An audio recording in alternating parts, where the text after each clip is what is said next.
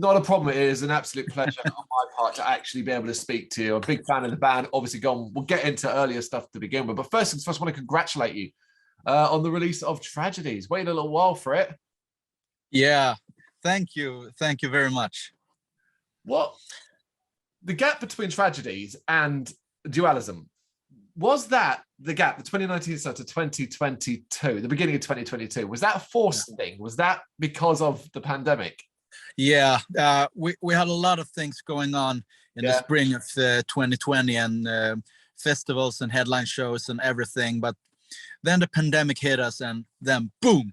And I mean, we're quite old. Some of us are have passed for 40. So we don't have the same access to do stuff like live recordings and everything that many of our friends did during the pandemic. And so we concentrated in trying to write some new songs and what to do. But of course, there were limitations as well for us. We weren't able to rehearse for almost 6-7 months, and so. Incredible! That period. I mean, were you initially kind of like, okay, this has happened, this is going on in the world, and in 6 months' time, or little bit less than that, it'll be over, and we'll be able to carry on as normal? Was that the thinking? Yeah, that was what we hoped for, but of course we could almost tell that this will go on a lot longer than 6 months. But we did our best. We at the early on in the pandemic, in our part of Sweden, we didn't have such a severe infection rate and so on, so we could rehearse like normal, and we did that for about 4, 5, 6 months. Then boom, full restriction mode for us all. So unfortunately, our drummer Peter, he injured himself during this time, so we missed a lot of time for that as well. Obviously, so, missing that amount of time and what you can do with the band is obviously incredibly negative. But was there any positives in the sense that it was good for your individual selves to almost be forced to take a break? Yeah, I think it wasn't too bad, because I, for once, I do a lot of recording in my home studio, which we use for pre-production and so on. So I had a time to buy some new amp sims and try some different stuff, which eventually didn't result in anything, but I had fun while doing it. So it was bearable, at least. So, but as soon as we were ready to rehearse again, then we were into 2021. So what happened then was that we have a bunch of material, but we have 3 songs that stand out a bit. So why don't we try to record an EP and try to release it as soon as possible? So that's where the ideas of the Tragedies EP started, or maybe by the end of 2020 or something like that. Okay, so you were able to identify those 3 tracks and think, okay, they all fit neatly together, because of course Tragedies has a Greek mythology thing going on. Was that always the plan then as well? Yeah, I mean, for our last 2 records, we have one song on each that has a Greek mythology theme. So why not do it for a concept EP, not a whole album? That would be quite hard for us. There are not that many great stories that hasn't been told 20,000 times already. So where does that interest come from in Greek mythology? Is that a personal thing? Is it something the whole band share? Actually, I don't know. It started with this before I joined the band in 2017. So I think the first single the band released ever was the Icarus song, which of course is the Icarus mythology and everything from the Greeks. So I think it's been on for quite some time, and I think that our singer Joel is the one who is most interested in that kind of lyrical theme. So you took the three, what you thought were the three best tracks. What about the ones that you didn't take? Is there a long-term plan with them, or are they just sitting to the side now and you might come back to in the future? Most of these songs, they are actually in our pre-production progress now for an upcoming album. We hope to record it during this year, and so it might be in late 2020 or early 2023 release for that album. So we aim to get about 8 or 9, maybe 10 songs, but they have to be really great if we decide to release them. Yes, of course, it's a long process, but still it's great to hear that. It's always exciting, particularly as you said, we are only a couple of weeks out from the release of Tragedies. The dust is settled just a wee bit on it. How have you found the reaction to it? Is that something you've been paying a lot of attention to? Reviews, comments and things? We have almost just positive reviews for it, both from friends and actual reviewers and fans of the band and everything. So we are quite pleased so far. I mean, this was 3 of our greatest songs that we ever put out, in my opinion. So I, of course, you're always nervous when you're trying to release a new album, or in this case, an EP. And so we're really pleased. And also we did record a music video for the first single, Actaeon, and I never spent so much time preparing, filming, and doing the after process work like we did for that single, so and music video. Well, but we had real fun while recording it. I'm glad you have fun, because the video is incredible and it's certainly one of your most accomplished visual treats that you've ever done. That would you agree with that? Like, it is the most accomplished. Yeah, absolutely. I mean, I'm really proud of all the music videos we released in the past, of course, but this one we had the time to do a great collaboration with Tobias, who is the director of it's all our music videos. So he is the bass player from my old band and one of my closest friends since like junior high school, or the Swedish equivalent. So we presented the song for him, the pre-prod version, and Joel he told him about, this is the lyrical theme, this is the Actaeon mythology and mythos, what can you do with it? And he just boom, he had thousands of the ideas, and it all resulted in the dystopian VR environment video that we ended up with. It's incredible because that imagery goes really, really strongly with the theme and the music with it. But one of the things that kind of fascinates me about you guys, Through the Noise, my introduction to you came in 2019, December 2019, with the synthwave sessions. So that is quite different to what you have around that release. I want to go back to it purely because it was such a fascinating introduction for me that I still listen today and enjoy as much as your new metal metalcore style of music. Where on earth did that idea come from?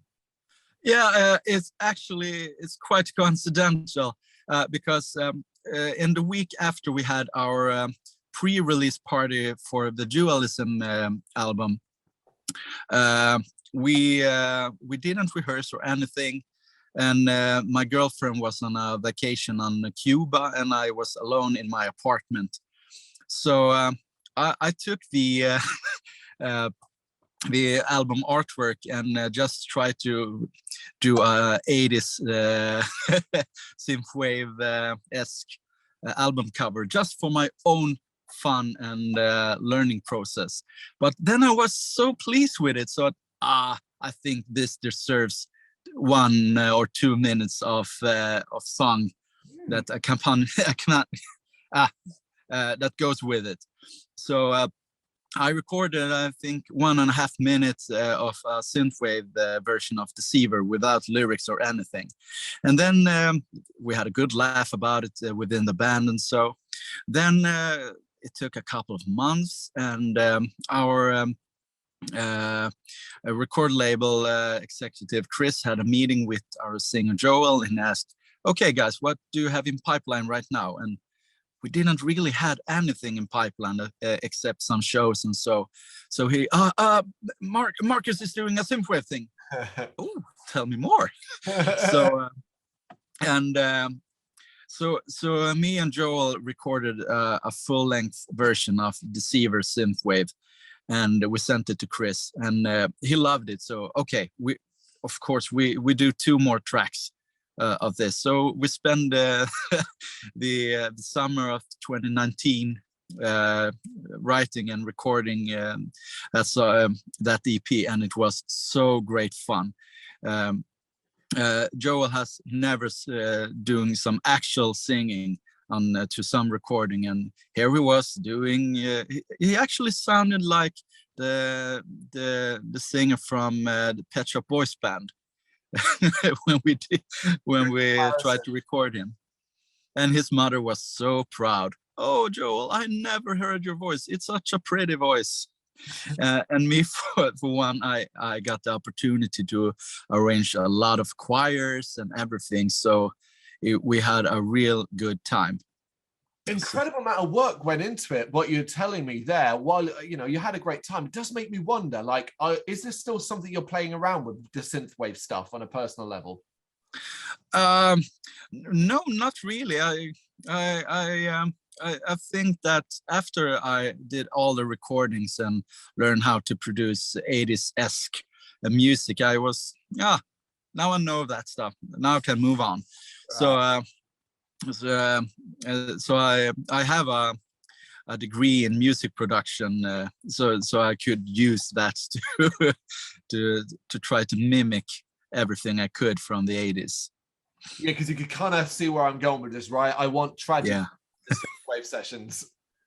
Yeah, well, I have some ideas on doing something with the Actaeon, but I haven't really got the idea whole clear in my head.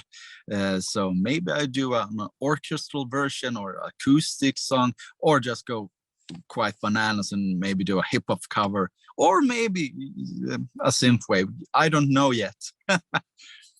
Because right now we're focusing on trying to put the 8 or 9 songs together for the upcoming album. Yeah, it's a lot to focus on. But would you say you're quite an imaginative person then when it comes to not just music taste, but what you like to do when it comes to you creating music? Yeah, absolutely. I mean, I listen to all kind of music with almost no exception, and try to find something in each genre that I can enjoy and be inspired by. So, I think that is my personal strength as a musician and guitarist and music producer. But I don't make it for a living. I work as a development engineer at a technology company here in Sweden. So it's pretty far from my normal profession, all this. So, but this is what I greatly enjoy doing on my spare time. It's every musician now, barring the ones that made it massive back in the 90s and 80s, their real life persona with their musician persona is always so widely different. It's quite fascinating, It's always interesting to learn what you, as we put it, what you do in real life. Yeah. What do you make of, right? Because obviously we in heavy metal and rock, we like to pigeonhole bands. We have to put you in a genre. It's requirement almost, whether you're heavy metal, death metal, black metal, so on and so forth. Yeah. You guys come with a tag and it's got the letters NU, a reference to, of course, new metal, the 90s. But that can often be seen as a little bit of a dirty word these days. Ooh, new metal, that's a bit worrisome. What do you make of that, having that tag attached to you? Do you care? I don't care that much, and I'm actually maybe proud is the wrong word, but I'm fascinated by it because we didn't intentionally make it new metal core or whatever it's called, but of course all of us in the band, maybe except for Joel because he's some years younger than us. I mean, the coolest band in my book by 1999 was Limp Bizkit. I really did enjoy that band.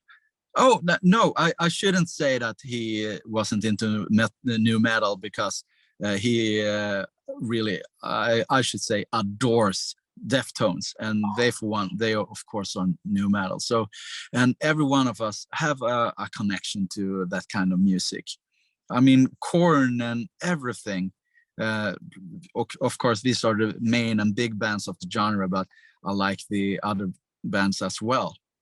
And it's tag along with me trying to get into more death metal at the time, and of course my personal heroes are Metallica, and we don't sound a bit like Metallica except for distorted guitars. So no, it's a story I've heard 100 times. You know, I'm almost 38. So the 90s were my era. Nu metal was my era as well. All those bands you named and so on. And there's nothing wrong with it. It's just rock and metal can be a difficult place, you know, for all the community love that we have out there. It can also be quite argumentative, particularly when you get online. yeah. Social media then, in regards to the band and how you guys handle it, promoting yourself, pushing yourself out there. Is that something you think you're good at? And is it something you enjoy? I think it's quite hard because I mean we're starting to get old in especially in the metalcore community. There are a lot of hungry, I mean 20 to 25 years old who can take 8-9 hours each day just promoting their band on social media, and it's really hard for us to keep up with that. And we learned how to do TikTok and Vero and everything now for the Tragedies release. So, but it's quite fun actually. Yeah. I like putting out these 15 to 30 second mini videos and put filter on and effects and everything. So, but it's hard to get into the noise there because everyone else is doing it. So it's quite hard. So I really do hope that we can get out and play and get the bus going on once again. I mean, as soon as possible. Well, that's it, isn't it? I mean, that's the biggest like loss in regards to musicians, and what we've lost over the last 2 years ultimately has been live shows. Whatever country you've been in, there's been some restrictions, be it you can only play to seated gigs and 100 people compared to the 400. But things are, at least, I mean, in the UK, we're a lot more open than a lot of the rest of the world, but things are beginning to open up. What's the outlook right now for Through the Noise regarding live? I'm not necessarily talking about dates or things like that, but is the plan that 2022 will be a bit busier on that front? Yeah, the plan is for us now to get our shit together and book some shows here. But of course, we realize this will get hard initially, at least, because all the main and big bands, all of them are setting up tours right now. So, and that goes for all middle level bands of all genres as well. So it's all, I mean, I think all of the spring and summer is already booked for the main venues in our area here. So, but you never know. We tried to get in contact with some minor festivals and so on. We really want to get out and play. Yeah, you've just described what is becoming a reoccurring theme when I've been talking to musicians over the last 2 or 3 months. The desire to play live is there, but the room to play live just doesn't seem to be, from all the hangover the tours. And you said festivals, but then like a lot of festivals are using bills built from a year or 2 years ago. Yeah, of course. So we can just forget the mid-level festivals, so we have to go to smaller ones in Sweden and maybe Denmark. But we could just right now we can forget trying to get to like Germany or the UK, for instance. It's not doable precisely right now. But hopefully during the late summer and the beginning of autumn, we can get out and play for real again, and then to get the buzz up, so when we will release our next full-length album, we can go out and be back at where we were in the beginning of 2020. Yeah, it's that, isn't it? It's picking up the pieces where you left off. When was the last time? Do you remember? When was the last time you played live? Oh, it was in November of 2019 at one of the greatest venues in our hometown of Malmö. So we had a really great time, and we were so prepared and so hungry to show the rest of the every show that we had booked that we can kick ass live. And we really do enjoy being out there. We had prepared for every, the production was our best that we yet had, with a lot of pre-recorded stuff that were going on between songs, and we rehearsed in everything to perfection, and did alternate endings of some songs and everything, and and no one knows except for us ourselves. That is incredible. That is such a long time. I was hoping you were going to say, oh, it was actually only a couple of weeks ago because you were able to play, but there you go. Incredible. So I guess then really right now the stance is, okay, promote Tragedies, work on the upcoming album, fingers crossed for something potentially live. But it does sound like an incredibly busy 2022 for you. Considering the pandemic, considering what you've gone through as a band, do you feel as you've got to this stage now stronger? I think so. I mean, we have rehearsed our old songs to almost insanity. So they sit so well, and we are well rehearsed together. And I think the songs that are on our upcoming album here are so crushing. So we have a lot of hardcore elements and everything, and hopefully something new, not something that every other band in the whole world has already done.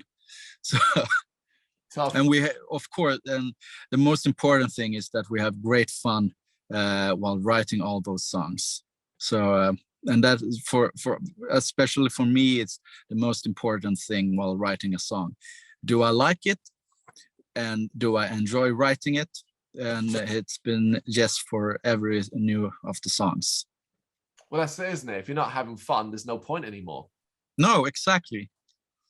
I can't wait, man. I absolutely can't wait. It's been an absolute pleasure going from Dualism to Tragedies over a space of 2 years, because those 2 years have just flown by for me. So when Tragedies ends up, it's like, oh, okay, cool. These guys again. Let's do this. So it's been a lot. Yeah. Well, thank you, man. Marcus, thank you very much for taking the time to talk to me. Of course, and thank you for wanting to talk to me. My absolute pleasure, mate. My absolute pleasure. Thank you very much for watching. You can check us out on gbhbl.com, as well as on Facebook, Instagram, Twitter, and Tumblr. Go to Patreon to help us out over there. That's patreon.com/gbhbl, as well as Big Cartel, where you can find some of our merchandise. We have a podcast running on SoundCloud and Apple Podcasts. And of course, if you like this video, do us a favor, hit the subscribe button and help the channel grow. Games, horror, and heavy metal. What else is life for?